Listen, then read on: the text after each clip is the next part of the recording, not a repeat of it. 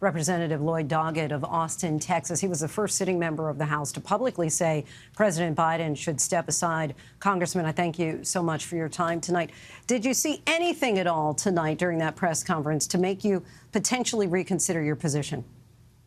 Not really. I thought the president did a good job. I think he clearly is the most qualified person to handle our international relations.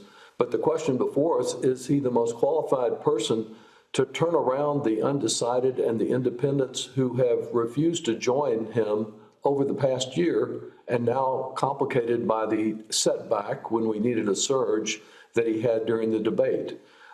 Every time there's a slip, a Vice President Trump instead of Harris, a Putin instead of Zelensky, people will focus on something that might not have even been noticed at past times. And to the extent over the coming months that all the attention is on whether he is fit and able to do this job instead of on Trump's lies, we will be set back. And I think that's why distinguished members of our caucus, the person who would head the Intelligence Committee, who would head the Armed Services Committee, a range of people that have no ideological conflict about the president, who are scattered across the country, are saying we see the numbers. And Mr. President, just as you deal with the reality of conflict around the world, deal with the reality of the numbers here. And when you look at those numbers, we don't see a path forward for a Democratic Congress and a White House that is occupied by someone of President Biden's skill, but is instead occupied by a criminal and his gang. Interestingly, though, tonight he said that he's not seeing that he said that basically the thing that would get him out is if his staff came to me and said, look, there's no way for you to win. And then he kind of whispered into the mic, and no one's saying that because that isn't out there. And so do you think that there is contrary evidence to suggest otherwise?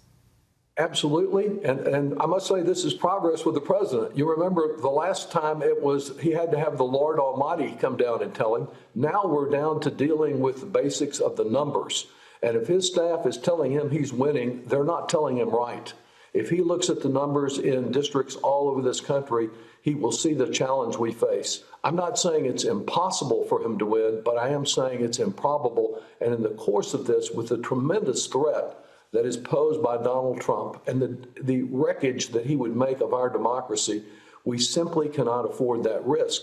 And there are many other better choices out there that I think would be more effective in taking on Donald Trump. You know, he would throw the Republican convention into total disarray if on Monday, when he is at the LBJ Library in my hometown of Austin, he declared that he was stepping aside, as President Johnson did under different circumstances, but a very painful and difficult decision.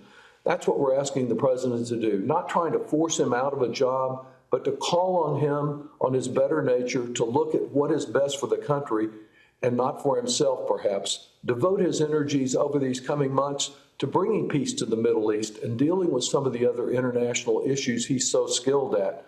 But let us have the strongest possible candidate to protect American families from moving from democracy to autocracy under Donald Trump and his gang. And who do you think would be that strongest possible candidate? I think we have a number of candidates that could be effective here. I've not chosen a candidate because what I have chosen is favoring a fair, open, democratic process. I think it would excite all those disaffected people who have been saying they don't like either candidate. Certainly, Vice President Harris would probably be a leader in that, would lead the array, but we have governors, we have senators, we have cabinet members who could be effective candidates. Let them go around the country in these weeks ahead and present themselves as well at the convention. Let an open democratic process that people across America can see that the Democratic Party believes in democracy with a small d. We're not going to have a smoke-filled room decide this. We'll let the delegates from around the country decide it. That will be a candidate Donald Trump can't deal with because he's focused his whole campaign on lies about Joe Biden and his administration. A new approach, a younger generation, that's a winning ticket for us. And what are you hearing from your constituents about Biden staying in the race?